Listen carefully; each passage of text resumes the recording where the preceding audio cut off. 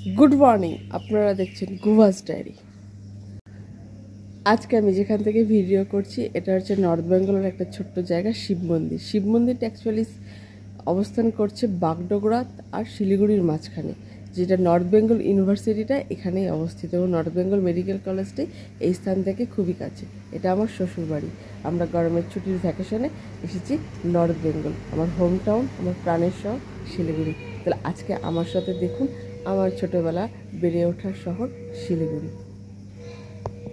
এই মুহূর্তে নর্থ বেঙ্গলের ওয়েদার ভীষণ সুন্দর, হালকা রোদ, মাঝে মাঝে বৃষ্টি, যেটা টিপিক্যাল নর্থ বেঙ্গলের ওয়েদার হয়। যেহেতু বর্ষা ঢুকে গেছে, এখন আর গরমের লেশ মাত্র নেই।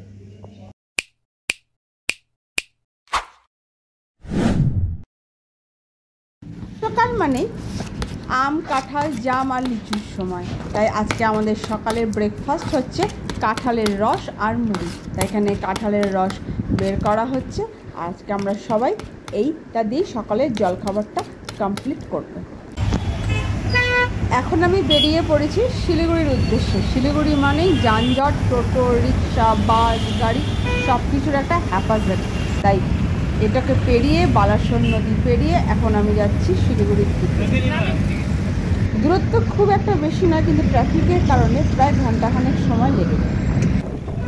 সামনে যে রাস্তাটা দেখা যাচ্ছে এটাই হচ্ছে হিলকাট রোড। আমি পেরিয়ে গেলাম মহানন্দা সেতু। মহানন্দা নদী শিলিগুড়ি শহরকে দুটো ভাগে ভাগ করেছে। আগে মহানন্দার অনেক গতিপ্রবাহ ছিল, কালের নিয়মে তার এখন অনেকটাই শ্লথ হয়ে গেছে, তবে বর্ষার সময় কিন্তু ফুলে পেঁপে ওঠে। আর এখন যেহেতু পাহাড়ে বৃষ্টি হচ্ছে, তাই অনেকটাই জল মহানন্দা জুড়ে। পৌঁছে গেছি শিলিগুড়ি। সকাল সকাল এখন ভাবে দোকানগুলো খুলতে শুরু করেছে, এখন বাজে 10:30। এটা সেসিলার মার্কেট। এই শহরেই আমার বেড়ে ওঠা, পড়াশোনা। এই আশপাশের দোকানগুলো থেকে আমরা পুজোর সময় জামা কাপড় কিনতাম। এটা বহুল প্রচলিত হংকং মার্কেট।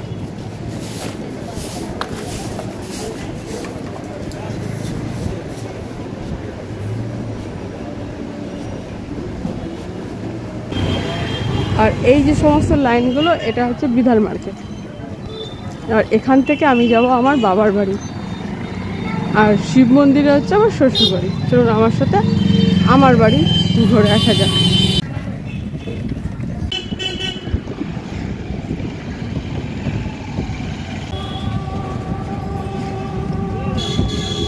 থেকে আমাদের বাড়ির এন্ট্রেন্স। তো মানে আমার বাবা মা আর কেউই বেঁচে নেই। এই সকাল থেকে এসে পরিষ্কার পরিচ্ছন্ন করে আমার মা বাবার বাড়িটাকে আমি অনেকটাই ভদ্রস্থ অবস্থায় নিয়ে আসলাম। এই নতুন ডাইনিং টেবিলের টপটা বসানো হয়েছে কাচের, এটা নষ্ট হয়ে গেছিলো। এখন বাজে 2:30। এই ঘড়িগুলো কিন্তু বন্ধ হয়ে গেছে। তো মোটামুটি ফার্স্ট হাফের কাজ হয়ে গেছে, মানে যে সমস্ত কাজগুলো করে দিচ্ছে, যেটা আমার বাবারই পূর্ব পরিচিত। তো এখন ও বাড়িতে যাচ্ছে লাঞ্চ করতে, আমি যাচ্ছি আমার নিয়ারেস্ট এক বান্ধবীর বাড়িতে। ওরা দুজনেই আমাকে ডাকছে, দু বাড়িতেই অল্প অল্প ঘুরে লাঞ্চটা কমপ্লিট করে আবার চলে আসবো। আমি লাঞ্চ করে চলে এসেছি এবং যে ভদ্রলোক বাড়ির কাজ করছে, কার্পেন্টারিং কিছু কাজ বাকি ছিল, সেও চলে এসছে এবং সে কাজগুলো হচ্ছে। একবার দেখিয়ে দিই। এই খাটটার কিছুটা নষ্ট হয়ে গেছিলো, পোকা ঘুণ ধরে গেছিলো, তাই এই পুরো ফ্রেমটা চেঞ্জ করা হচ্ছে। এই জন্য সমস্ত জিনিসগুলো এখানে বার করা হয়েছে। আর এদিকটা পুরো পরিষ্কার করে দিয়েছে। প্রচুর গাছগাছালি হয়ে গেছিলো চারপাশে, এগুলো সব পরিষ্কার করে দেওয়া হয়ে গেছে। এখন অ্যারাউন্ড 5টা, 5:30 হবে। আমি মোটামুটি বাড়ির সমস্ত কাজ শেষ করে কলেজের বন্ধুদের সাথে দেখা করবার জন্য রিক্সায় বসে। বিকালবেলায় রেডি ফেডি হয়ে বাড়ির কাজকর্ম তো সব সারাই হয়ে গেছে। এখন আমরা এসেছি শিলিগুড়ি হাতিমোড় বলে একটা জায়গায়। এখানে দুটো হাতি আছে আর একটা নেতাজি সুভাষের স্ট্যাচু আছে, একটু পরে দেখাচ্ছি। আর অ্যাকচুয়ালি আমরা এখানে এসেছি আমাদের বন্ধুদের সাথে একটা মিট আপ আছে। তাহলে একে একে আমরা জড়ো হই, তারপর আপনাদের সাথে শেয়ার করব। এই যে দূরে হাতি আছে।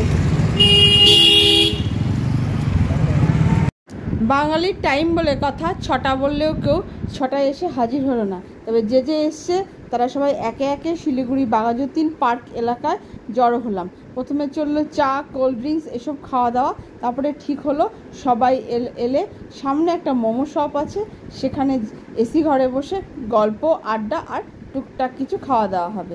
এই যে যে আসছে না তাকে ফোন করা হচ্ছে। এই সব একে একে এসে হাজির হলো। এবার সবাই মিলে আমরা সেখানে প্রবেশ করলাম। চললো দেদার আড্ডা, খাওয়া দাওয়া আর কিছু মজার গল্প। এই কিছু মুহূর্ত সে সোনালি যেটা রয়ে গেছিলো আমাদের মোবাইলের ক্যামেরায়, সেটা এখানে আমি তুলে ধরলাম।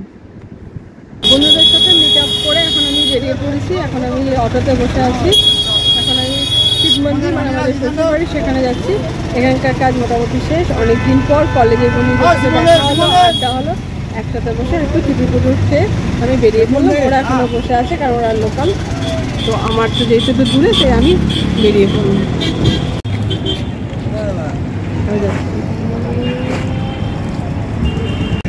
কতক্ষণ দাঁড়িয়ে আছিস? 5-10 মিনিট হলো। কি এগরোল? আমার আস্তে আস্তে দেরি হয়ে গেছিলো, প্রায় 9টা বেজে গেছে। তাই ওরা আবার আমাকে নিতে এসছে, আবার সাথে এগরোল খেতে খেতে। তো এখন বাড়ি যাই, বাড়ি গিয়ে ড্রেস চেঞ্জ করে একটু মার্কেটে আসবো, তখন আবার আমি ক্যামেরাটা অন করছি।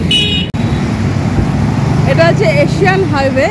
এটা এখান দিয়ে শিলিগুড়ি হয়ে বাংলাদেশ থেকে মায়ানমার হয়ে থাইল্যান্ডের দিকে যাচ্ছে। এদিকটা বাগডোগরা এয়ারপোর্ট আর এদিকে গেলে শিলিগুড়ি শহর।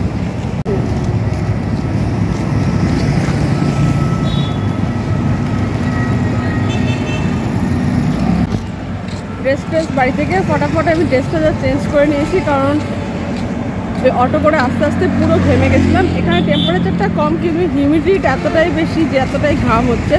তাই ফট করে ড্রেসটা চেঞ্জ করে এসেছি একটু মার্কেটে একটা জুতো কিনতে।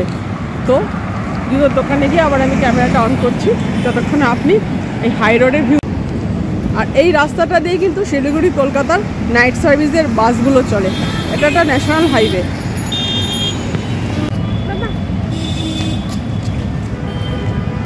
এখন রাত্রি হয়ে গেছে, সব নাইট সার্ভিসের বাসগুলো ছাড়ছে, তাই আমরা এখন অপেক্ষা করছি রাস্তাটা ক্রস করব।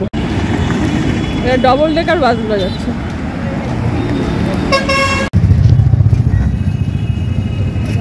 জুতোর দোকানে এসে সেরকম ভালো কিছু পেলাম না, তাই ওখান থেকে এখন প্ল্যান চেঞ্জ করে এখন আমরা যাচ্ছি আমাদের পরিচিত দিদির বাড়ি।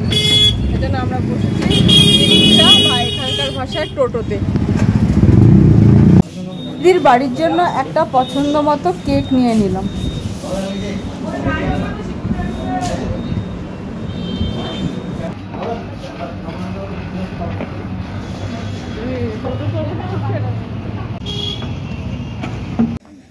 তুলছি।